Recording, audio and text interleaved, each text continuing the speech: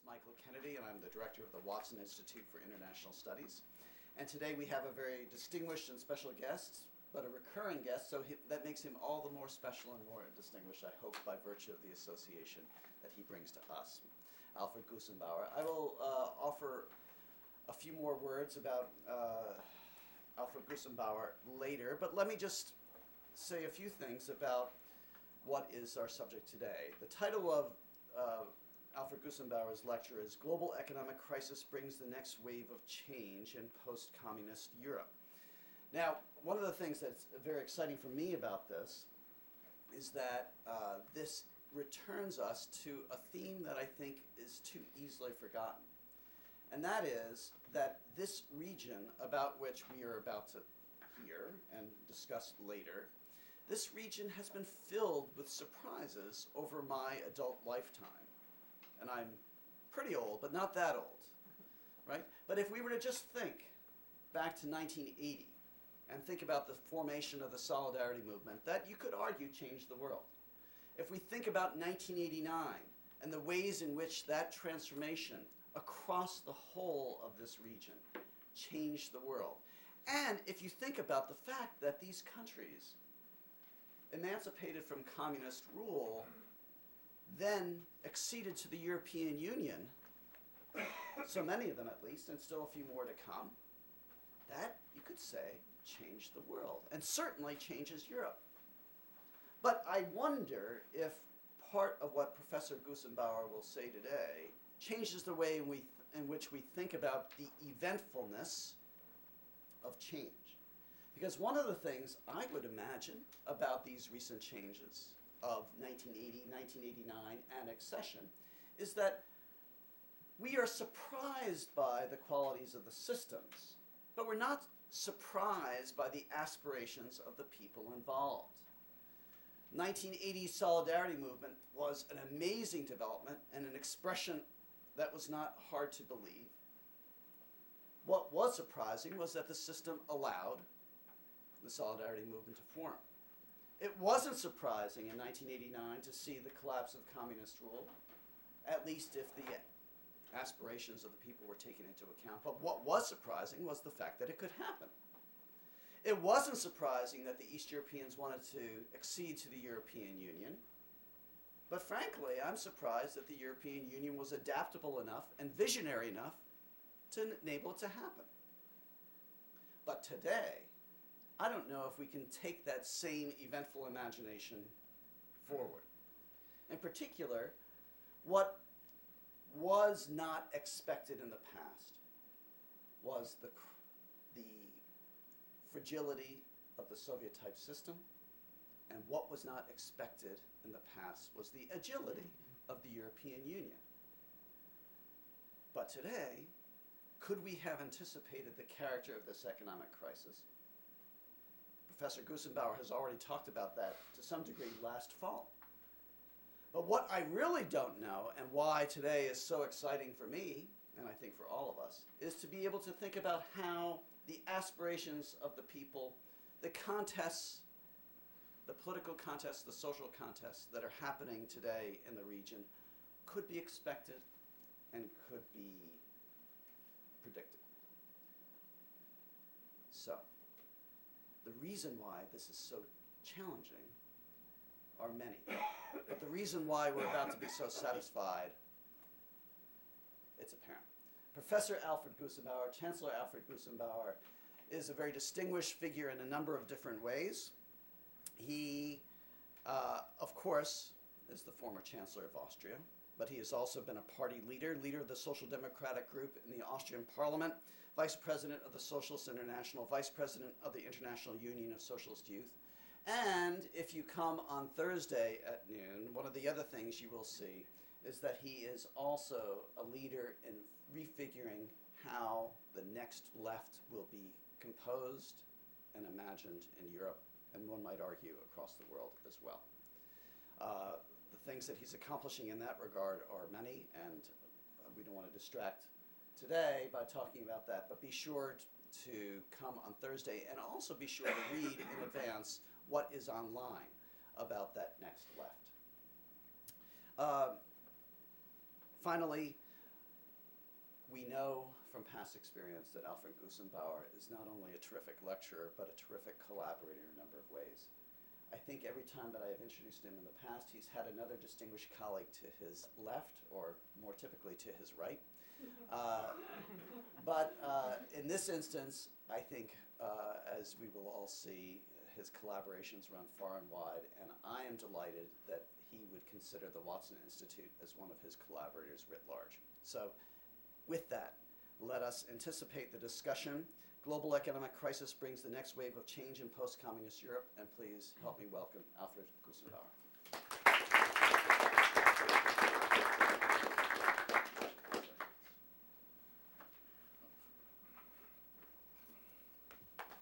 Yeah, thank you, Michael, for this kind introduction and presentation. Good morning, colleagues. A good day to talk about perspectives of crisis and political change in Eastern Europe. Of course, during the entire morning I was focusing on other issues because all across Europe they wanted to have interpretations of last night's vote in the House of Representatives on health reform and to what that might lead for the future of American politics. So I was a little bit distracted from my issue of today by trying to explain and trying to get out a certain synthesis of what is going on. But to come back to the issue of today, when I proposed to Michael that we should focus on this issue today, this arises mainly from my experiences in the last 1.5 years when I was involved in some of the electoral campaigns that were going on in Central and Eastern Europe, where I could quite closely observe the change that is going on via the economic crisis and how this translates into different features of political confrontation and different features of democratic competition. Before the crisis, Central and Eastern Europe was a fairly stable place economically. As you know, the growth rates in the area have been more or less the double of the average of the old European Union, at least double than the Eurozone, and enormous foreign direct investment was going into the area. If you look mainly to the transfer of manufacturing capacities from Western Europe to some of the countries in Central and Eastern Europe, namely Slovakia, Romania, the Czech Republic, and others. And the economic model there was mainly based on relatively low labor costs, high foreign direct investment, which allowed the countries to run a quite high current account deficit that was mainly produced by the high consumption inside the countries. They had relatively high budget deficits, relatively high inflation, but as long as foreign direct investment was able to balance the gap, everything was going well. Why did now the economic crisis hit Eastern and Central Europe more than most probably the Eurozone, or at least the vast parts of Western Europe?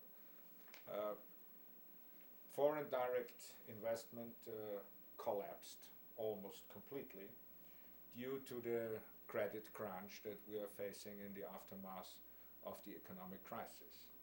As a result of that, foreign direct investment was not anymore able to bridge the gap that the internal economy produced.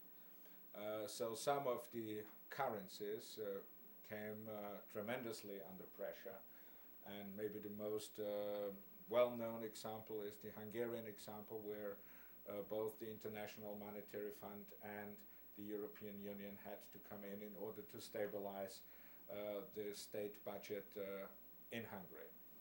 But in addition to what happened there, of course they are even more vulnerable to external economic shocks due to some of the specificities. So you had an enormously high rate of foreign currency loans in Hungary and Slovakia, in Romania, in Bulgaria, that with a devaluation of their own currencies could not be paid back.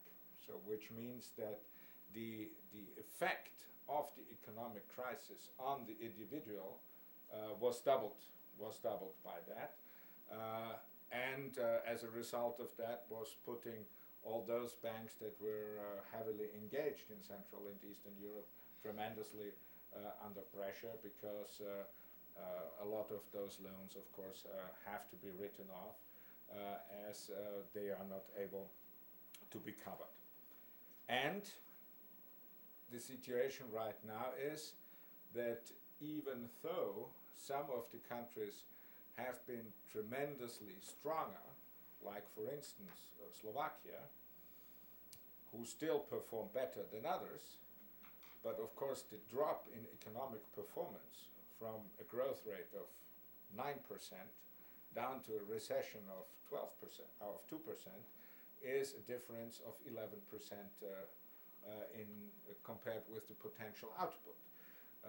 And of course the case of Slovakia might be a very specific one, because they do not have the possibility of devaluation, as they joined the euro in times when they were quite strong, and therefore do not have available methods of adaptation to the changed economic environment as maybe some others might have. It's also interesting to emphasize that who did best and who did worse throughout this economic crisis. The ones that did best were the people in Poland, because Poland was the only country inside the European Union that did not enter recession, but also throughout the year 2009 was able to enjoy a positive growth rate. And people ask why in Poland they were able to do so. Their advantages were threefold. One is that they were not so much dependent on Western European export markets as, for instance, others. So they were not to an extent integrated in the Western European economy as, for instance, the Czech economy, which is almost 100% integrated into the German economy. So the Polish economy was not integrated that much. The second thing is, Polish economy is very much based on manufacturing, on agriculture, and most importantly, also on domestic demand.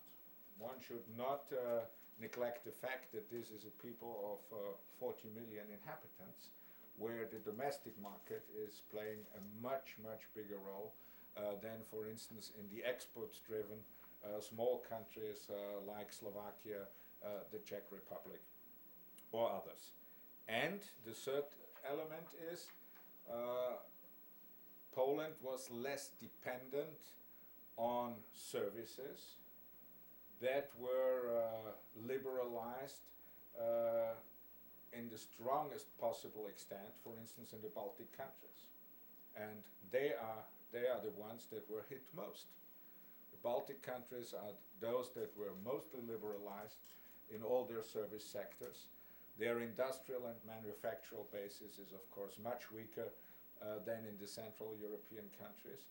And they were, in some of the cases, affected by an 8 to 10% recession, which is, by the way, not so much different from Western Europe.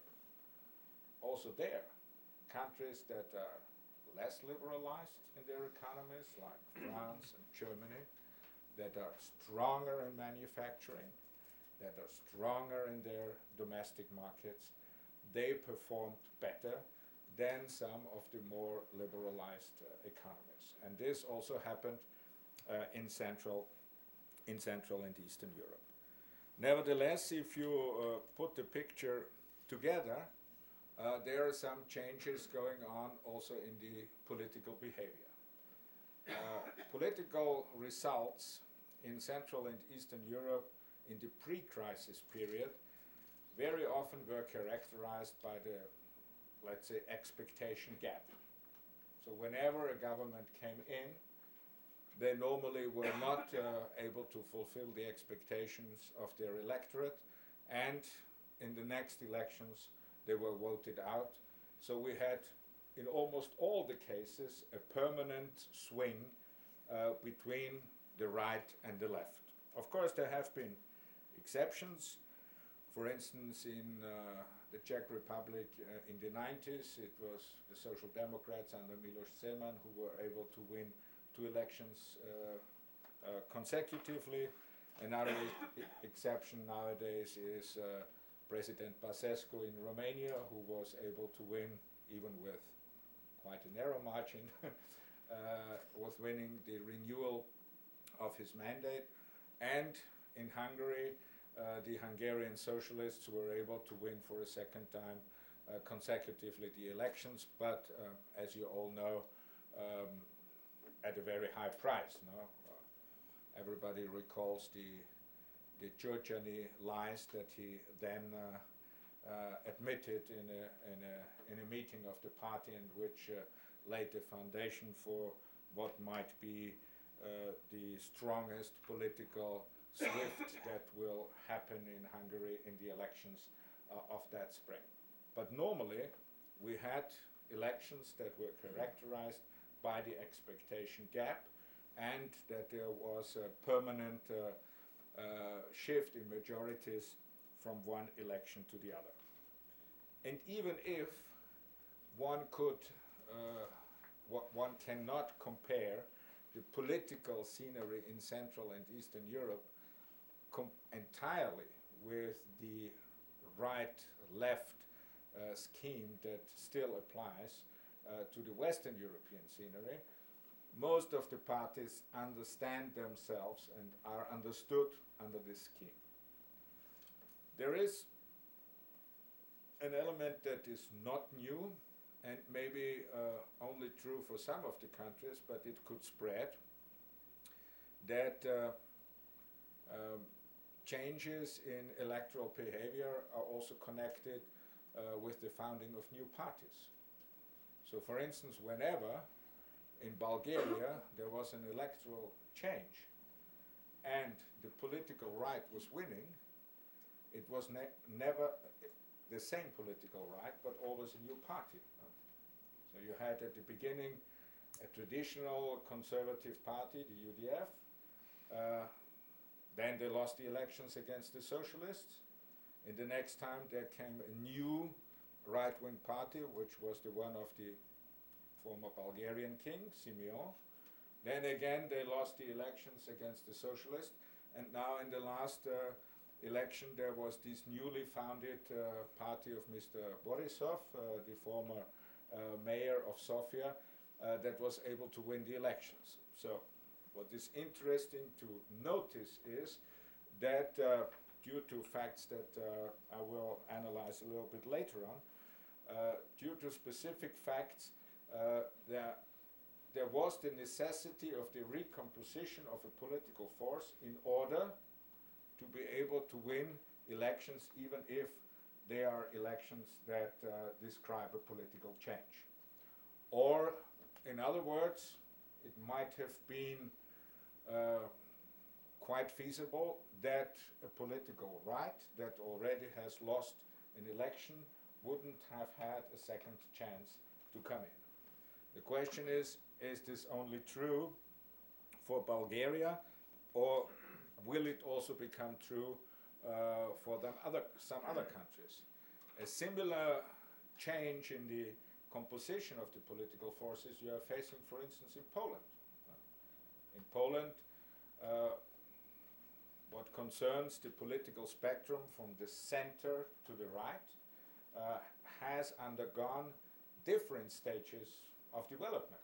And let's say the situation right now that you have a major competition between a more liberal center-right, the one of Mr. Tusk, and a more nationalist, populist right of the Kaczynski twins.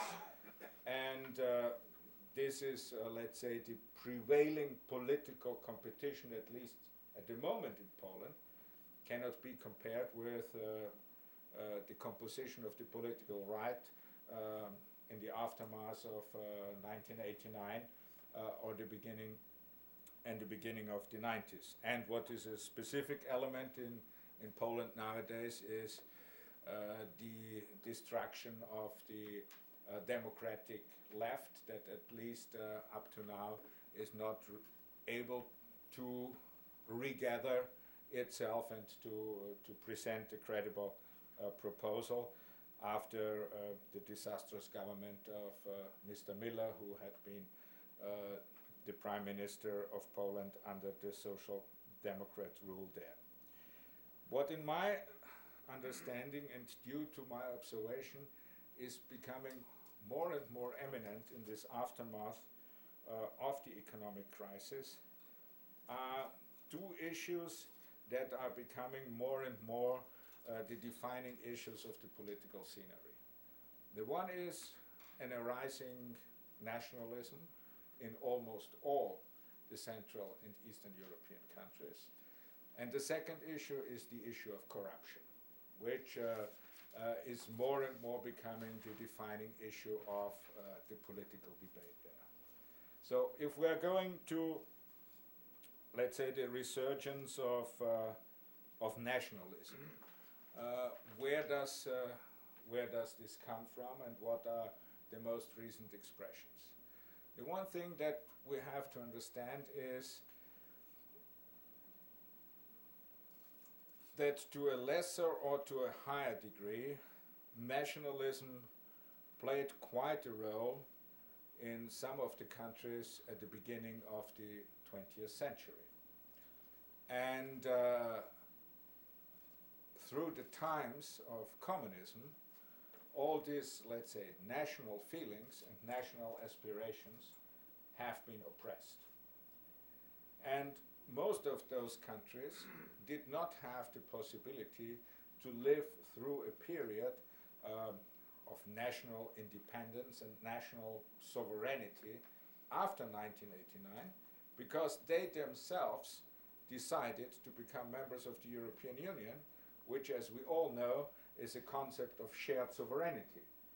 So, throughout communism, they had some sort of imposed sharing of sovereignty with the Soviet Union and with the Red Army, one that was imposed.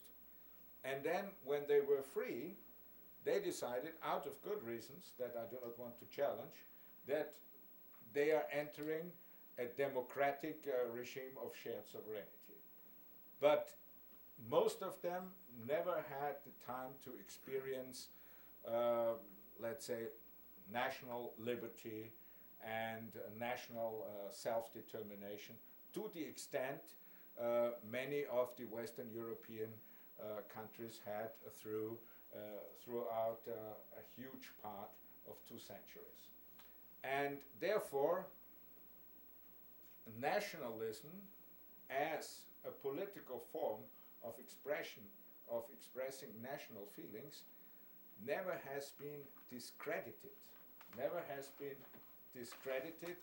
to such an extent as it might have been in Germany, for instance, throughout the experience of the Nazi rule between 1933 and 1945. So it has a different image in Central and Eastern Europe. Even if there have been forms of, let's say, nationalist statehood, also prior to communism, that are not in the best memory of all the people. If we refer, for instance, to the Horthy regime in Hungary or to the Slovak puppet state throughout the Nazi times, So there have been several of those examples too. But in general, nationalism is not perceived as negatively in this area. And therefore, due to my observation, nationalism is coming back as some sort of redefining the political scenery, which is going beyond the left-right scheme in nowadays politics as a result of the economic crisis and the enormous dissatisfaction of people not only with their social and economic situation, but with their entire political class. And therefore one would observe that this nationalism does not only occur on the left, not only occur on the right, it also occurs on the left. And that those that are, let's say, quite successful nowadays, at least to a certain extent, embrace a nationalist agenda. So to give you two examples, one is the re-election of President Basescu in Romania. He embraced a quite strong nationalist agenda in his election, trying to put himself also beyond the competing political parties of the right and the left in the Romanian parliament, and trying to redefine the Romanian nation. Not in an anti-European context, but redefining the Romanian nation. It was also quite remarkable that I think his first visit after his re-election was to Chisinau, which means to Moldavia, and by that trying at least to give a hint to the great Romanian national history. But this already played a role quite strongly also in his electoral campaign, apart from the fact that Social Democrats there committed tremendous mistakes, and I think are the only ones that I know in Europe that were able to turn a 10 to 12% lead in the opinion polls into an electoral defeat. So I mean, you have to be very gifted to do that. But apart from that, I think this is an example how the political right was embracing in the strongest possible way national feelings and nationalistic policies for their advantage. Another one on the left nowadays is Slovakia. The Slovakian Prime Minister, Mr. Fico, who has his party which is called Smer, and which is, let's say, a social democrat party, they are in coalition with nationalist parties, but they are trying to embrace nationalism themselves as part of their political narrative.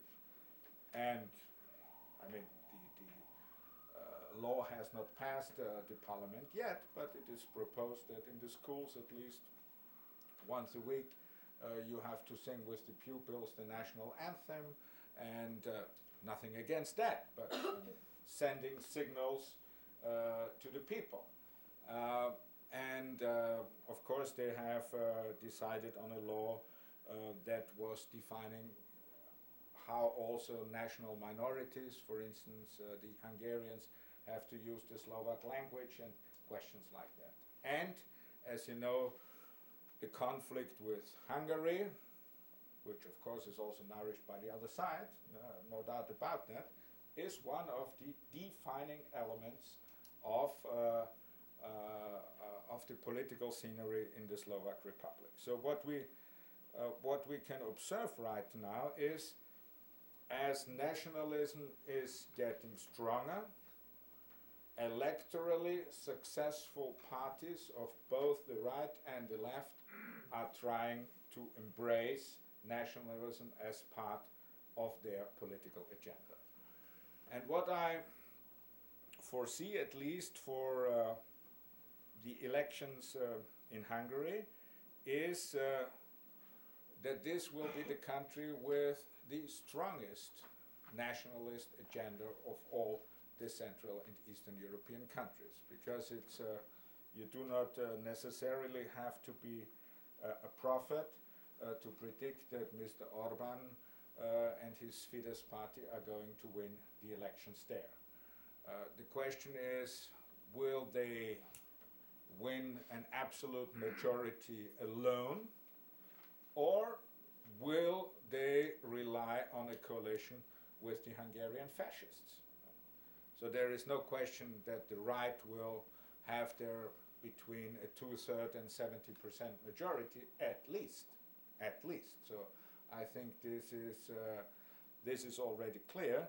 The only question is how far to the right this might go in the elections. And I'm pointing at the Hungarian example because it's the most outspoken and clear one.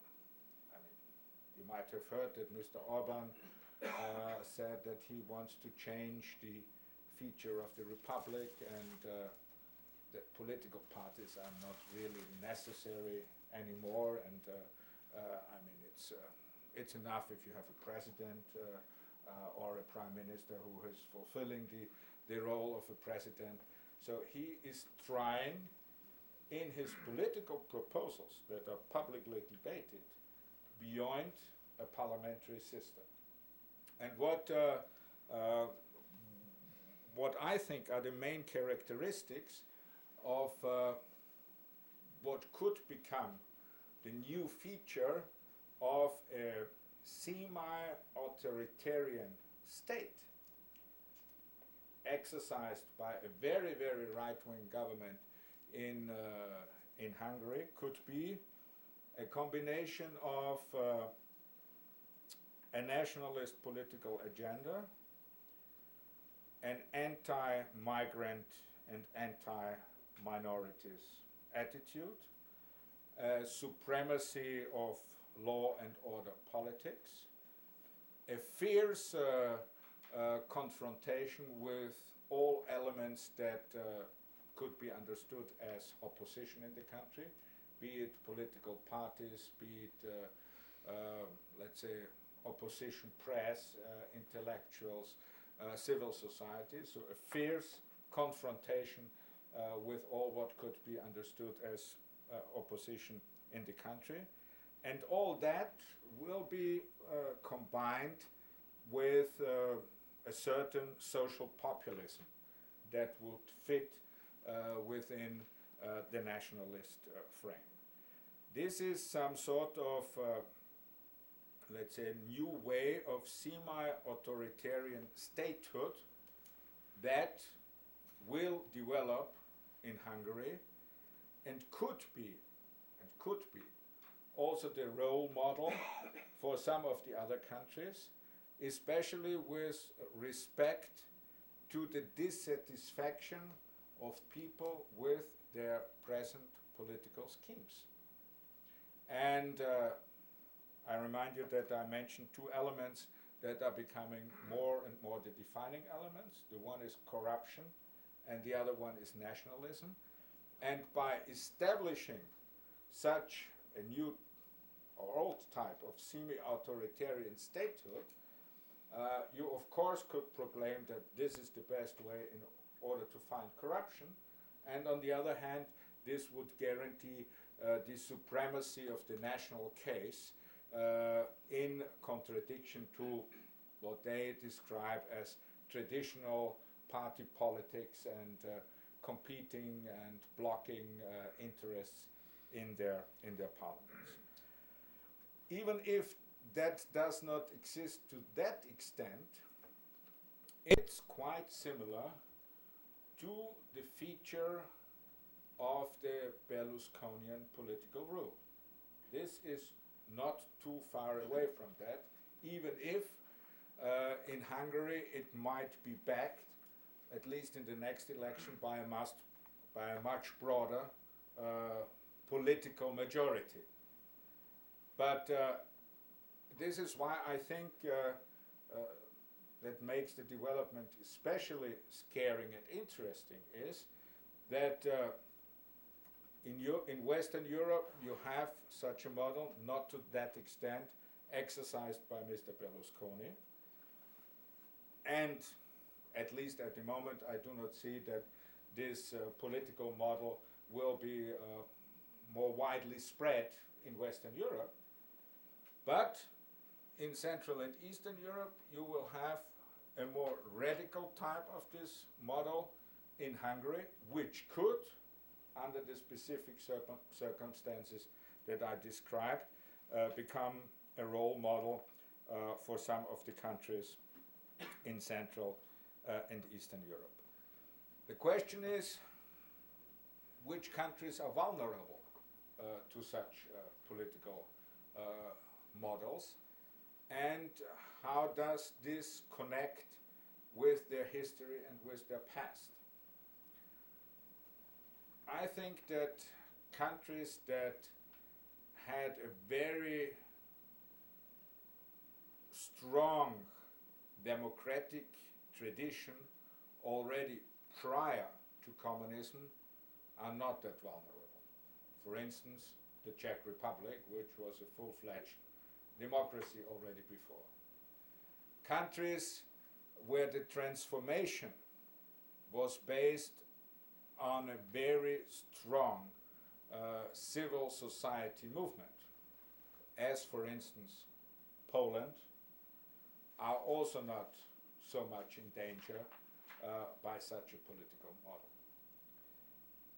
But thirdly, countries who had already in their history a certain authoritarian or semi-authoritarian tradition, which, by the way, was not imposed by the Soviet Union, but which was the result of a domestic political development, like, for instance, Slovakia or Hungary or Romania.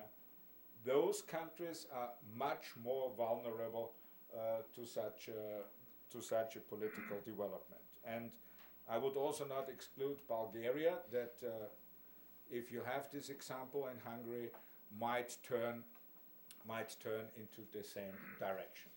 This is why I think that there is the chance or the danger that as a result or co-promoted by the economic crisis, we could find the resurgence of a semi-authoritarian statehood in Central and Eastern Europe, which of course will pose major problems to what we understand nowadays the integration of the European Union, because you already know that in times of the discussion on enlargement there were always two options. No?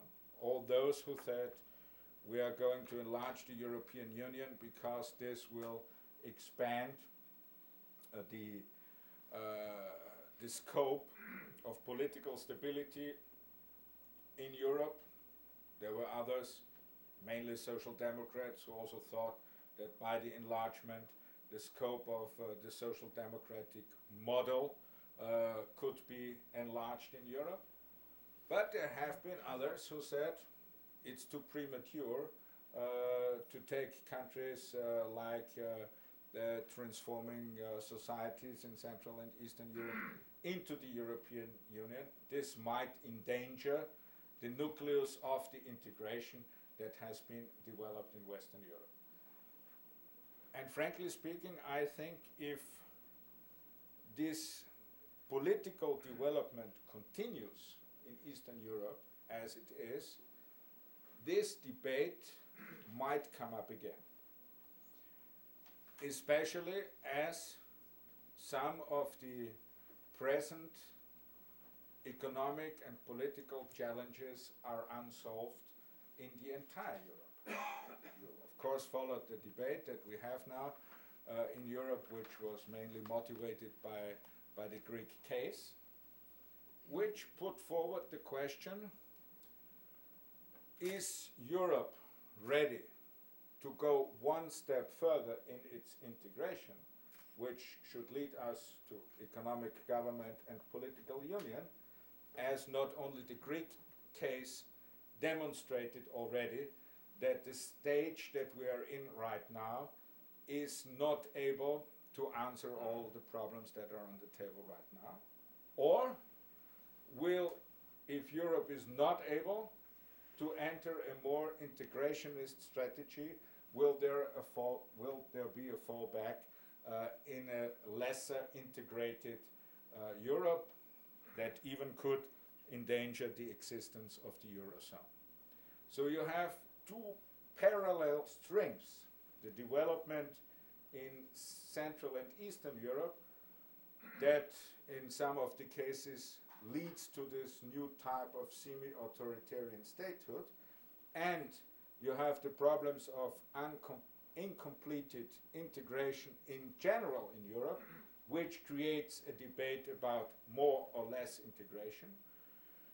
So that I think that the debate about who should be in, who should be out, who should be closer in and who should be closer out, that this debate will re-emerge from two angles, which will lead to a situation that at least for the months to come, Europe will be